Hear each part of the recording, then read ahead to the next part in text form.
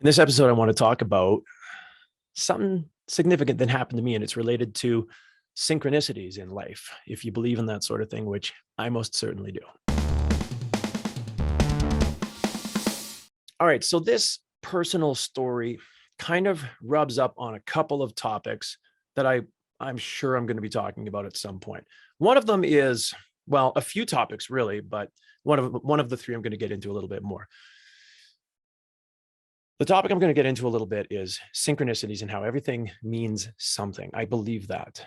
I wish I could say what that even means, but synchronicities and everything means something. I think there's really something to that. Secondly, books, the power of books.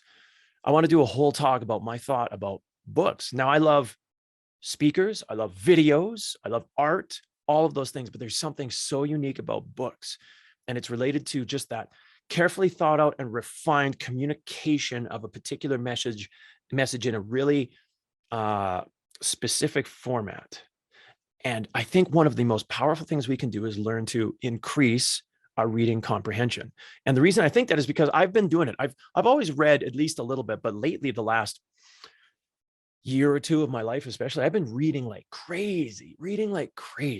And well, at least my version of reading like crazy. I'm sure some people that read a lot would think that I'm not reading all that much, but it is incredible how the different concepts link to other concepts as you start to expand your understanding on all sorts of different subjects. I got a book that, let me grab it. This one's interesting, San Rosero Ranch, published in 1884. What's fascinating about this book, very simple story just about life on a ranch, is the language, the way that it communicates, the style, the pace. You can really start to feel the energy of the world that this book is. And it's not a period piece. I mean, it was written in that year. So that's about as authentic as you can get. And it's, in the case of this book, it's like a time machine. Now, the other third subject that this story I'm about to tell briefly rubs up against is the weird pandemic stuff that's been going on in the world. And I probably will do a video talking about that. My views on it have not been in line with the mainstream views. And at this point, I'm not really too worried about who approves of that or not, because I'm the one that gets to decide whether or not I approve of my truth. Different subject. Anyways, here's the story. When this was all starting here in central Canada, they had an initial 2 weeks to flatten the curve, and they locked everything down. And everybody, no matter what opinion you were on, pretty much everybody said, you know, in light of how scary they made it sound, that seems reasonable. Okay, we can kind of shut it down for 2 weeks a little bit. Now, as you know, that's sort of been a bit of a gong show for close to 2 years at this point, as we finish off December and move into the year 2022 coming up right away here. At the time when they did the 2 weeks to flatten the curve and they locked everything down, including travel, nobody can travel anywhere. It's all locked down. I remember going outside and seeing that the airplanes hadn't slowed down at all. And I remember thinking, that's so strange. If anything, it looked like there was more airplanes. And I thought, what's in them? Where are they going? Regardless of what you think of that, that's what I thought. I was like, everybody's locked down. Nobody's moving. Nobody can travel during these 2 weeks. Why are there so many airplanes still going over top? A lot of people, myself included, have thought that things can go pretty dark, pretty fast if we aren't careful. Things get really bad historically when people don't push back and stand up for freedoms and slow things down when they're starting to get a little bit bad. Once it gets super bad, it's harder to stop. And we have history that shows us that. So I start reading the other day, separately from that, the Gulag Archipelago. Okay.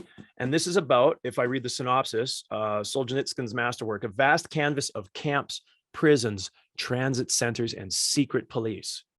Remember when they had everybody trying to get to tattle on their neighbors? One step at a time, right? Of informers and spies and interrogators, and also of heroism. a Stalinist anti-world at the heart of the Soviet Union, where the key to survival lay not in hope, but in despair. So I picked this book up, and the first two sentences resonate with me and blow my mind. Chapter 1, Arrest. I'm going to read these two sentences. How do people get to this clandestine archipelago? Hour by hour, planes fly there. Ships steer their course there, and trains thunder off to it, but all with nary a mark on them to tell of their destination. It blew my mind because of how that linked to what I thought about why are those planes still moving at the start of this whole thing. For me personally, it kind of confirmed my suspicions that there's a lot to this pandemic that bears no relation to the mainstream media story. Like I said, that'll probably be a video at some point, and that's a tough one to make because there's a lot of people that are important to me in my life who do not feel the same way as me, and I don't think there's been anything in this world as divisive as this. But it's also helped me to double down on truly believing that there is nothing more important than our truth. I think that can be our truth can be communicated wisely and kindly, but it's time for us to start living our truth. Tell me what you thought of this episode. Tell me what you think about concepts like everything means something, synchronicities, that sort of thing. Have an awesome day, everybody. Oh, and also I will say, I really think that humanity is leveling up right now. I think there's some amazing stuff coming. I do not want this story.